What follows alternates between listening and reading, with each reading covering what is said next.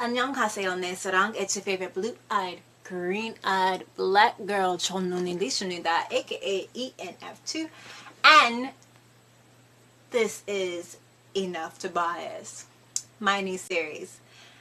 ENF2Bias is a series where I will recommend you guys some biases because these are some amazing people. So, I wrote notes. Let's just get to it, shall we? GOT7. Why do I recommend them? Well, because they are my ultimate bias group. That means that there's plenty of reasons to recommend them. And here's some. Okay, first of all, there's seven of them.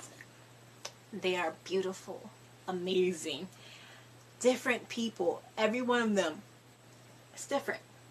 Nothing about them the same. Okay, a lot about them the same, but a lot about them that's different. In all honesty, they are my ultimate bias group, but they were not the first ones to introduce me or get me into K-pop. There was Big Bang, there was EXO, there was all that. But they're the ones that hooked me. I started searching them up. They were my first group to actually be so dedicated to.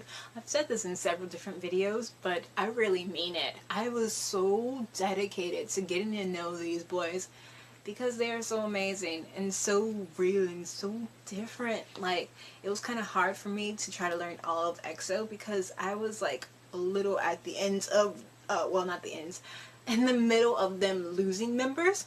And some of them seemed so alike that it was hard to tell them apart. And there was 12 of them at first, and then it became 9 of them. So, like, in my head, I just couldn't really. But they made it easy. 7 of them, first of all. And 3 of them aren't Korean, and one of the Koreans is super tall. That was easy. So, yes, they are all 7 amazing, beautiful, different people. That's why. My first reason. Second reason is a little personal for me, which can be totally for you as well. Not with just GOT7, but any bias group or bias you support. For me, GOT7 really brightens up my darkest days. When I first got into them, I was going into some hardships. Well, actually, when I first got into K-pop, I was in limbo with my feelings towards not necessarily living or dying, but living, as in experiencing, as in enjoying life. I was not really interested in relationships with other people, and I was not really into pursuing a career or a dream. I didn't even have a dream or a passion at the time. For me, I was just like I was in a limbo. And when I got my second full-time job, or my another full-time job after getting into K-pop, it was really hard and very mentally it was an emotional and mental struggle for me, working at this job. And then my dad passed away, which I said probably in the last post, that I'm back on YouTube, you guys. So I've been through a lot of struggles and a lot of what seems like dark days, but turn them on, or find that they post on Instagram, or see that they have a new YouTube video, or they're making a comeback, and I just feel so happy to see them interacting with us, or just to go back to even their old stuff and just, remember that, there's sunshine, there's light at the end of the tunnel, there's something to make you happy, to make you feel like life is worth enjoying. And so, yeah, for me, like I said, it's personal, but it can be personal for you too. Like, even if they're not your bias group, they are my ultimate bias group. There's some reason why someone you like is there, and it's probably because they are your sunshine when you thought it was a rainy day. Another reason to make them your bias is because there's leadership, not just from leader Nim JB, but leadership from all of them. They have all shown quality leadership as well as teamwork. To me, I could never see them necessarily disbanding, and if it is disbanding, it's because they're growing up, but they would never leave each other in my eyes. I really, in my heart, feel that way, and if that day comes where they just, it's the opposite, I will cry. I'm not wishing bad on them. It's just that I cannot see it. I cannot fathom it. There's so much teamwork and so much heart and dedication put into these guys that GOT7 is where I live. They are really my ultimate bias group.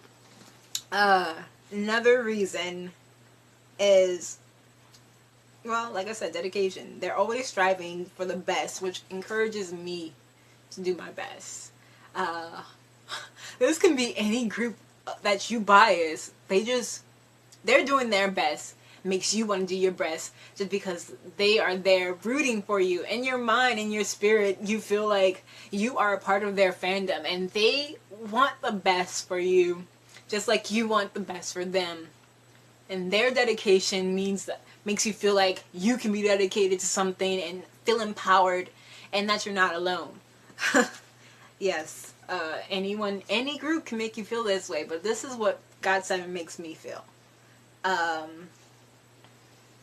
Another reason is because they're idols, yet they're human. Like, they're so talented and so charismatic, but they also make mistakes as well.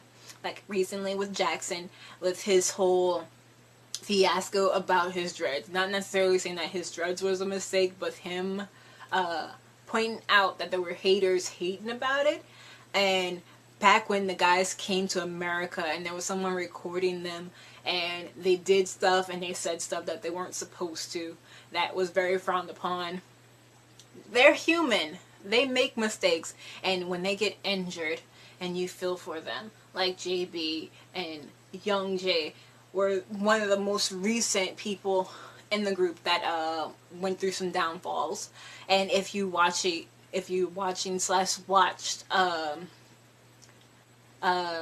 Laws of the Jungle, where Mark was trying his darndest to be a important part of the team, but he also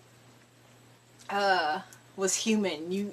I love watching GOT7 be real. Like, real GOT7, seasons 1 and 2, and I think 3, where you can see them interacting and showing their flaws.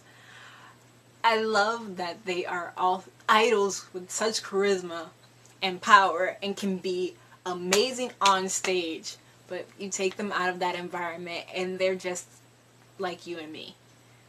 That's another reason why you should bias GOT7. Also on the same note as idols yet human, they are also innocent yet grown.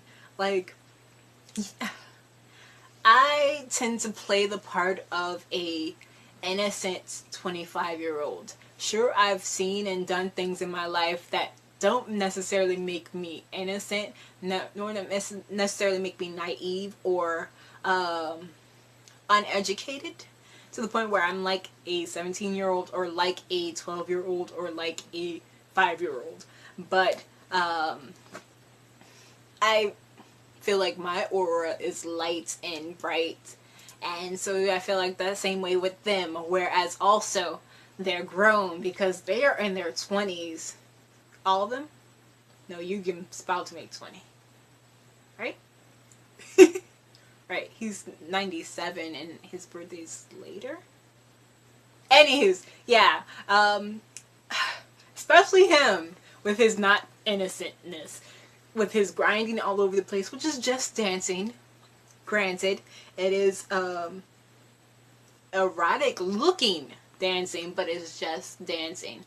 Although there was that one video of him in a shower with a robe and stuff like that that makes you question. he just wants to grow up, basically. And this is an image that he wants to portray, but I'm sorry. Our chic and sexy and our wild and sexy, who are older than him, pull it off much easier. I think it's a funny thing that he tries to be sexy. So yeah, innocent yet grown at the same time. That you, at first, when I first got into GOT7 and K-pop, I was like, these guys are younger than me. They're all children. Why are they doing these things? They're making me feel bad and guilty. But now I know they're basically my age, so yeah. Another reason why you should bias GOT7 is because they're SNS true. And by SNS true, I mean their social networks, all their social media that they are on, they are regular on it. Well, not real. Okay, Jackson and Bam Bam are just about regular on their Instagrams. Yugim sometimes, and with his SoundCloud, I guess he's also a little bit regular. And it's them actually being on their social media. It's not a PR or anyone else taking over their account. It's them taking pictures, recording themselves, making dance videos, or enjoying their tour. It's really them, and they're having fun, and they want you to join in on the fun. They want you to remember their faces, whether they're being really attractive or just really sleepy. I love that. Like, it is filtered, but it's not filtered, if you know what I mean. And yeah, another reason, and my final reason I will say here, to bias GOT7 is because of JB, who is an awesome leader, very chic and sexy, powerful, diligent. My leader, he is a real leader. Like, you trust him for his word and for his actions. For Mark, who seems quiet, but he will put his 2 cents in where it's necessary. He will, and while he's being quiet, he's observing everything that's going on. And he knows where things are needed and wanted. And he knows how to encourage. And for me, he's the American. So it makes me feel like I actually belong, actually can exist here. Because he's so, in my head, really American. I needed someone that was just that different. And he's quiet like I mostly am in public settings. You have your Jackson, who's very charismatic, yet very open-minded and very friendly and very open.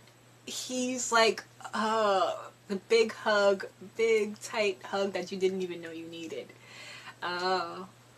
And my bias, Jin Young, who I'm kind of still mad at for changing his name on us from his stage name Junior, who is sound. He's strong. He's sexy. I didn't want to tell you guys that, but well, you guys should already know that he's sexy. He's so much that I can't even put in words. I love this man so much. He's a man to me. He quite literally is. With his sassy, savage self that you can't help but love. Like, oh, it's unfair.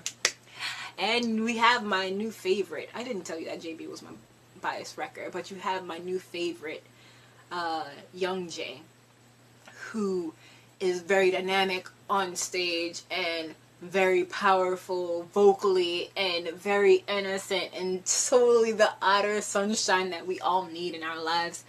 That can be very loud and just all over the place, and you just love to hear his laugh. Like really, you like love to hear his laugh. Like I don't even know. And he's powerful, and I can definitely see all the leadership in him as well as Jin Young. But rather, like I said, all of them have the leadership. I've seen it in all of them, but I just really like it. Shocked me to see how much leadership Young Jae can actually have, and actually does have. Then you have Bam Bam with his self, his skinny, mostly legs, model-esque self. Like, he knows that he looks good and he can pull off a lot of outfits and a lot of hair colors. His poor hair, it's gonna die before he turns 25. I hope not. I really hope not. I hope they use the best. And he's a dreamer, and he wants to strive and not just be for the GOT7s, which is basically always gonna, in my heart, be where they all live. GOT7. In Korea's K-pop world, but he also wants to be his best in his home nation, Thailand. And yeah, you see the kid striving. He's like maknae status, maknae line status, but you can see how much he's grown since like debut. Even before debut, if you look at pre-debut stuff, he has grown, and he is taking on so much responsibility that I didn't see happening at first. But yeah, he's one of them, along with everyone else. But I'm just saying that you notice these things, and these are reasons why you should bias this group.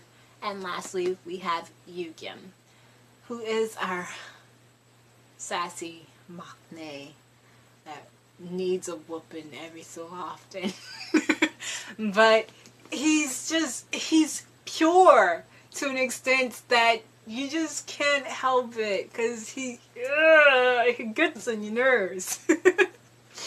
But yeah, he's totally the baby, and he's just acting out because he's the baby, and he always has to be the baby because he can't be older than anyone else unless it's a game that he somehow won where everyone else has to treat him like him, which doesn't happen often. But he's a dance machine, and I love me a dance machine, you guys. Like, his body to music is beautiful.